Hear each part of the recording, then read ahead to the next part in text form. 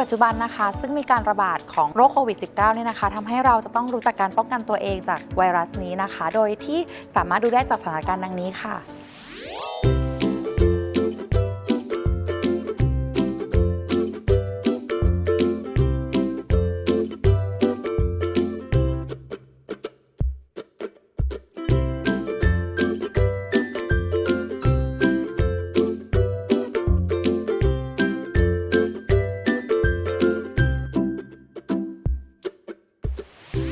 ในสถานการณ์การระบาดของเชื้อไวรัสโควิด -19 ที่กำลังสร้างความหวั่นวิตกให้แก่ผู้คนในหลาย ๆ ประเทศมีอัตราการติดเชื้อการเป็นผู้ป่วยหนักและการเสียชีวิตเพิ่มมากขึ้นรวมทั้งประเทศไทยนะคะซึ่งมีการระบาดมากก่อนหน้านี้แล้วก็ยังคงมีความเสี่ยงในการติดเชื้ออยู่การใส่หน้ากากอนามัยเป็นอีกวิธีหนึ่งที่สามารถป้องกันแล้วก็ช่วยลดการแพร่กระจายเชื้อได้ค่ะ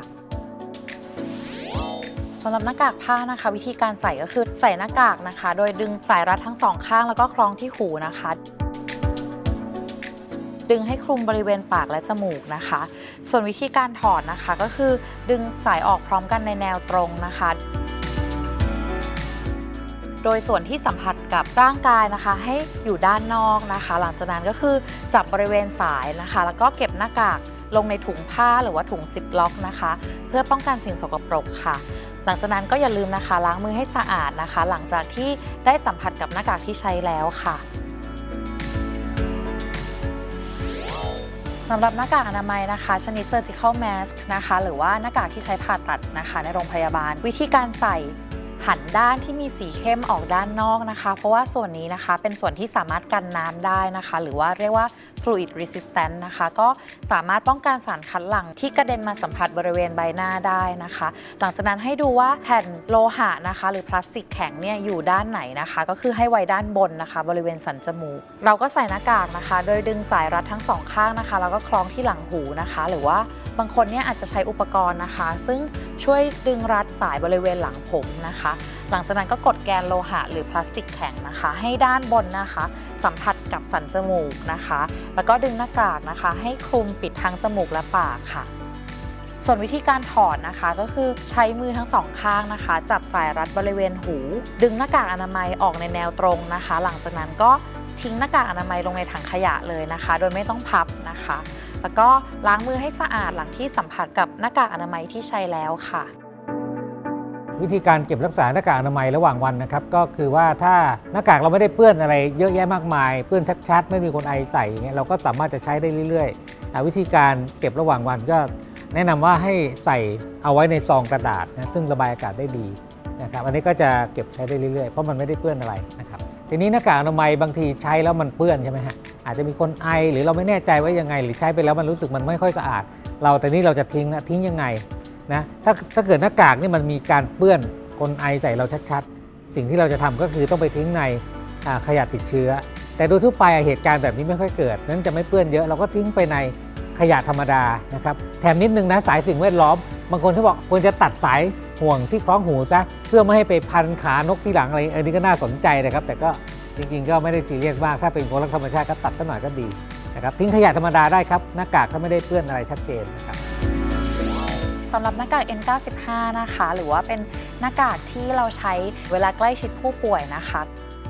วิธีขั้นตอนการใส่ก็คือนำสายรัดทั้งสองข้างนะคะมาไว้ด้านหน้า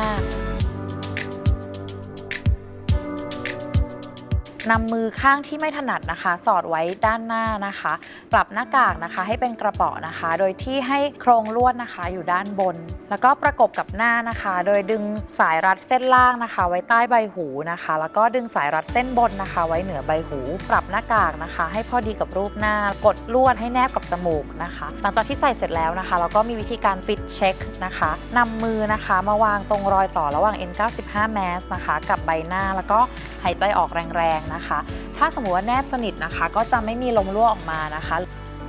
ส่วนขั้นตอนการถอดวิธีที่1นะคะก็คือถอดสายรัดด้านล่างโดยดึงข้ามศีรษะไปนะคะแล้วก็ใช้มืออีกข้างหนึ่งนะคะถอดสายรัดเส้นบนดึงข้ามศีรษะนะคะโดยระวังไม่ให้หน้ากากกระเด้งมาโดนใบหน้าทิ้งลงถังขยะติดเชื้อนะคะหลังจากนั้นก็คือล้างมืออีกรอบนึงค่ะ แบบที่2นะคะถอดสายรัดเส้นล่างนะคะดึงข้ามศีรษะแล้วก็ปล่อยถอดสายรัดเส้นบนนะคะดึงข้ามศีรษะโดยระวังไม่ให้หน้ากากเนี่ยกระเด้งมาโดนใบหน้านะคะแล้วก็ทิ้งลงถังขยะติดเชื้อนะคะหลังจากนั้นก็คือล้างมือให้สะอาดนะคะสำหรับหน้ากากผ้านะคะบุคคลทั่วไปเนี่ยที่ไม่มีอาการป่วยนะคะสามารถใช้ได้แล้วก็ดักจับฝุ่นและละอองฝอยได้ดีนะคะแต่ไม่ถึง 100% นะคะสามารถซักได้ด้วยสบู่ผงซักฟอกหรือน้ำยาล้างจานนะคะหลังจากนั้นก็นำไปตากให้แห้งนะคะเพื่อฆ่าเชื้อโรคแล้วก็นำมาใช้ใหม่ได้ค่ะหากคุณภาพไม่ดีนะคะให้เปลี่ยนทันทีแล้วก็ที่สำคัญคืออย่าใช้ร่วมกับผู้อื่นนะคะสำหรับหน้ากากอนามัยทางการแพทย์นะคะหรือเรียกว่า surgical mask นะคะสำหรับผู้ที่มีอาการนะคะน้ำมูกไหลนะคะไอจามนะคะก็สามารถป้องกันผู้ใช้นะคะจากเชื้อโรคแบคทีเรียได้นะคะหน้ากากแบบนี้นะคะออกแบบมาให้ใช้ครั้งเดียวทิ้งเท่านั้นค่ะ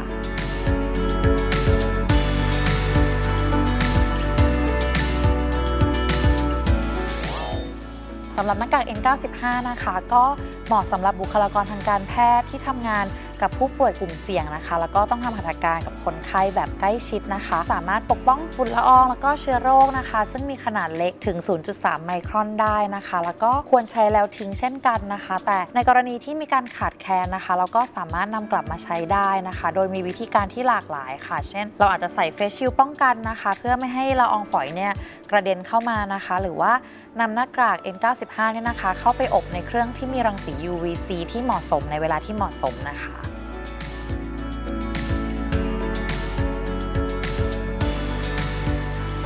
ก็จะเห็นแล้วนะคะว่าประสิทธิภาพของหน้ากากอนามัยนะคะมีความแตกต่างกันนะคะการใส่อย่างถูกวิธีนะคะทำให้เราสามารถป้องกันตนเองนะคะจากการติดเชื้อโรคได้นะคะแล้วก็การถอดอย่างถูกวิธีนะคะก็ทำให้เราไม่แพร่เชื้อไปสู่ผู้อื่นได้ค่ะ